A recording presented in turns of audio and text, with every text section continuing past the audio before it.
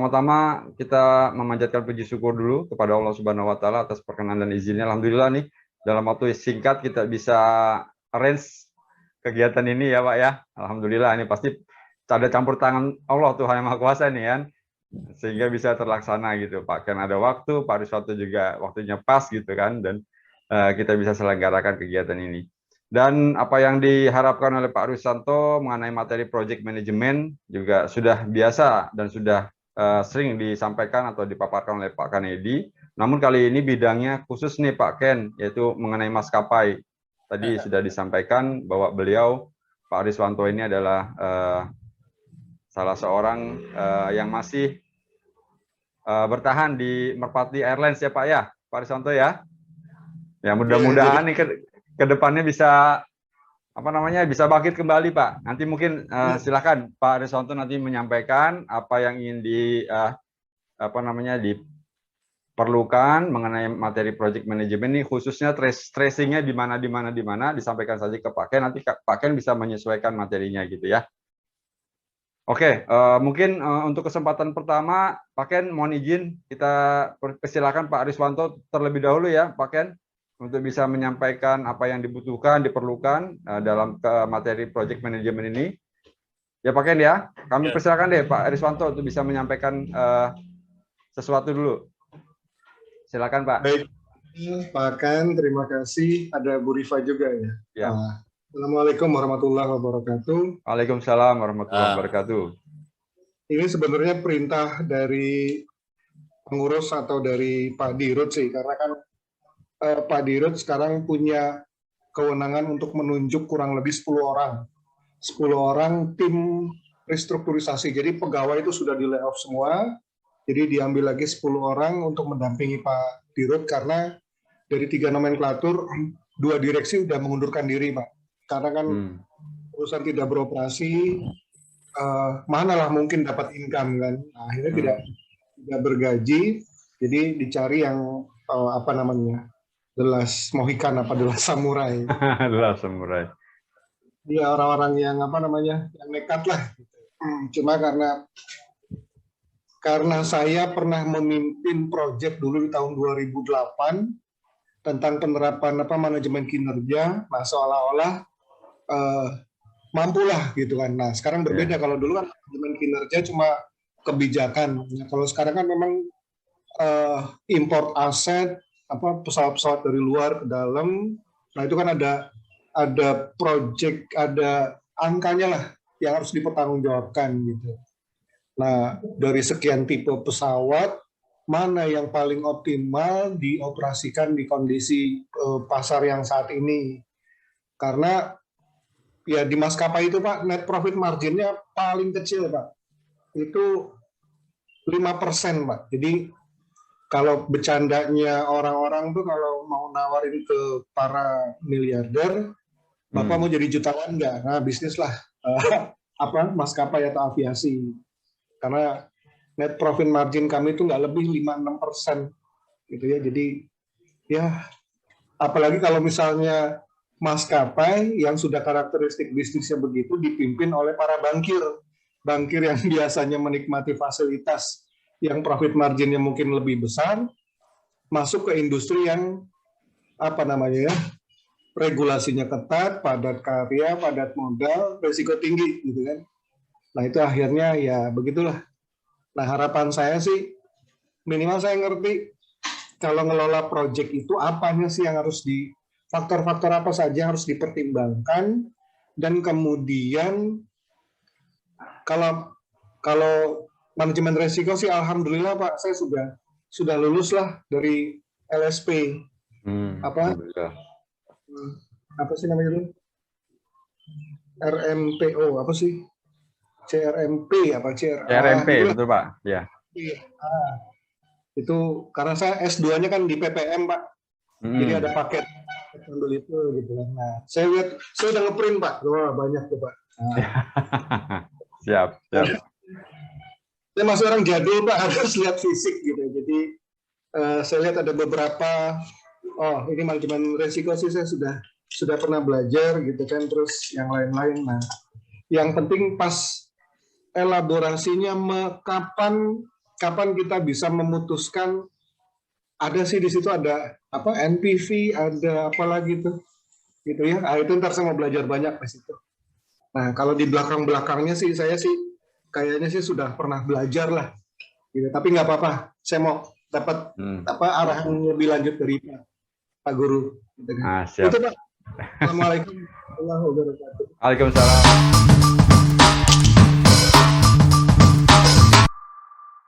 Jadi manajemen ini adalah seni. Samping dia sebagai ilmu juga adalah seni. Jadi menjalankan proyek, Pak, manajemen proyek, betul-betul di sini seni Bapak nanti dalam menggerakkan. Gaya-gaya kepemimpinan kita di zaman sekarang ini juga harus sudah berubah. Kalau zaman dulu tuh banyak otoriter atau diktatorialnya gitu ya. Kalau zaman sekarang ini banyaknya partisipatif. Bahkan demokratis.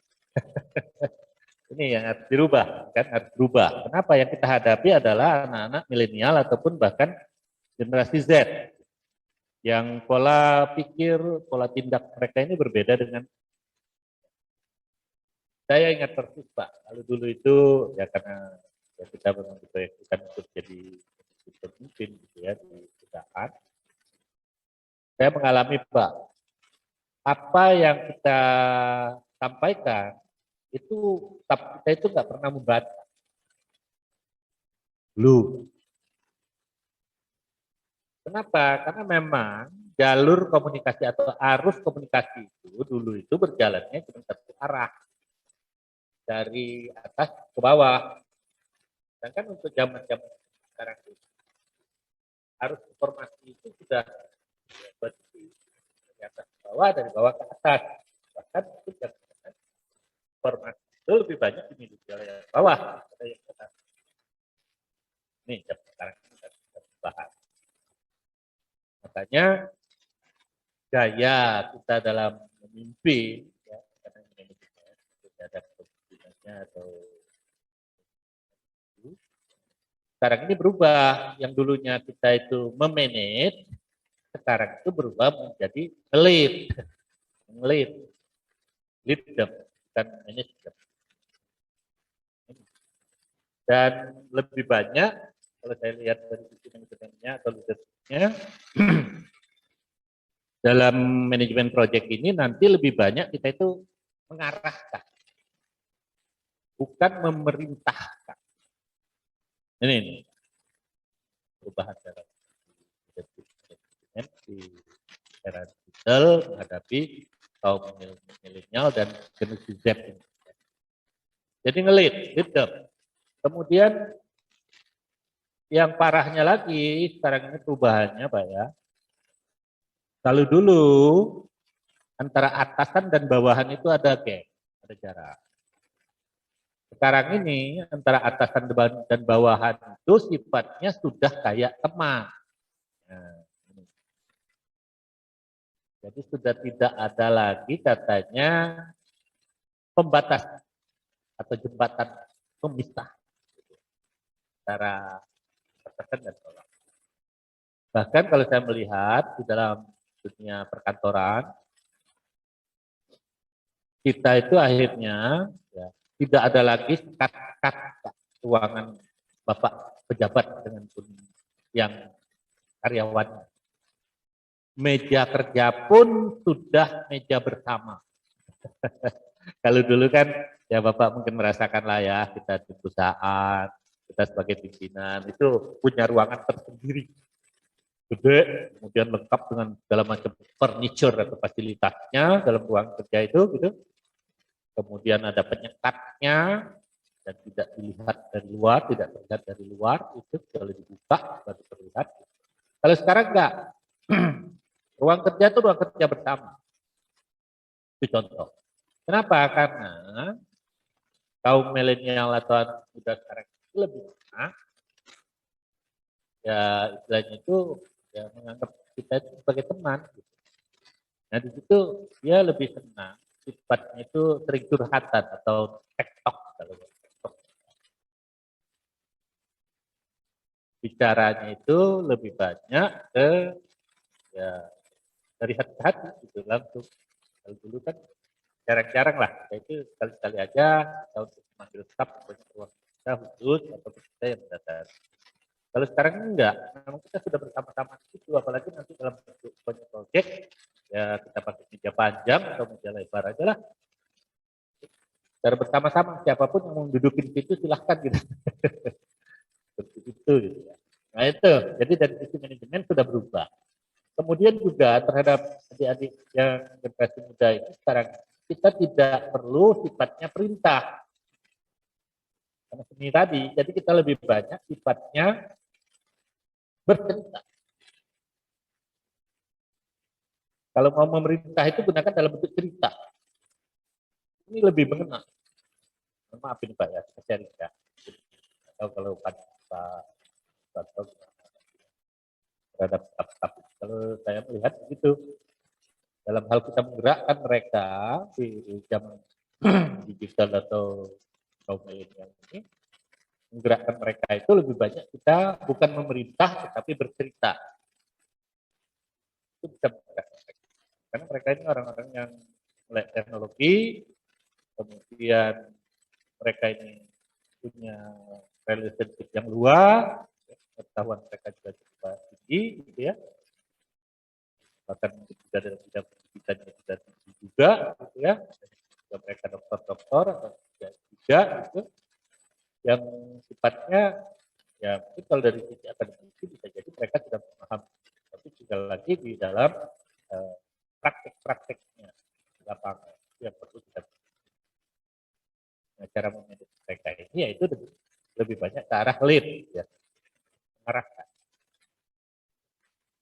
Memang perlu di situ ada perencanaan yang kita buat, kita organisir, kita penuhi kebutuhan-kebutuhannya itu kan, mulai dari personaliannya, kemudian sarana atau fasilitas yang diperlukan di dalam proyek, gitu kan. Kemudian nanti kita mulai banyak mengarahkan, motivasi, memimpin, integrasikan, juga mengelola hal-hal yang berkonflik. Samping kita pun selaku manajemen, kita manajer, mau tidak mau menjalankan fungsi controlling. Itu dari sisi manajemennya.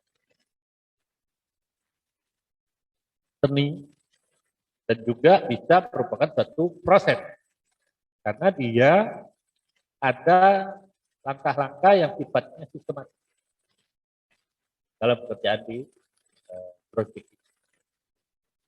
Kita manage proyeknya, kita arahkan, kita kontrol dan sebagainya, itu memerlukan ini tadi, karena dia adalah satu proses yang memang di dalamnya itu secara sistematis, dan kalau kita lihat sistematis, teman, antara satu aktivitas dengan aktivitas lain itu, atau satu unit lainnya di dalam proyek itu, harus ada saling keterkaitan.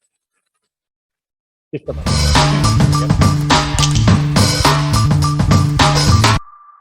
Tidak ada Pak ya? Pak Chris.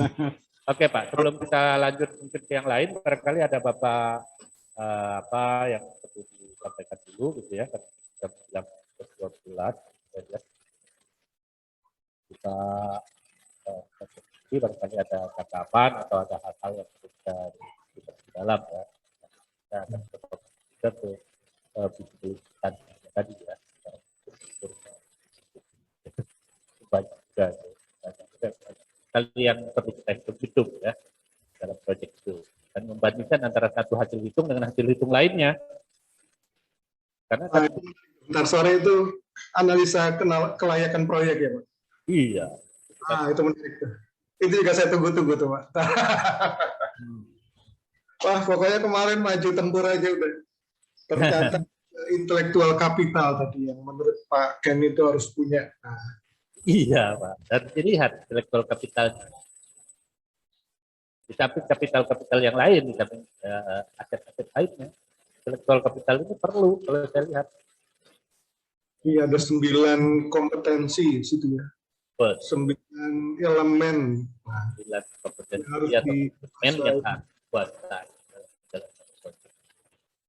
Dan terakhir itu ya keterampilan itu ya terintegrasi itu. Mengintegrasikan dari segala macam manajemen atau aktivitas tadi itu menjadi satu. Makanya saya bilang itu Pak, kalau dalam satu proyek ya Mbak miniaturnya usaha. Makanya kebanyakan perusahaan sekarang itu untuk mencobakan suatu bisnis itu dicobakan dalam satu proyek. Kenapa? Ya karena tadi itu, kalaupun menjadi ada mengalami kerugian, ya kerugiannya kecil. Apalagi kalau dia itu ada proyek yang dikerjakan sifatnya kerjasama apa tadi itu kan, ada keterlibatan pihak lain gitu yang menjalankan proyek itu, kalaupun umpamanya ada risiko kerugian, berbagi rugi gitu,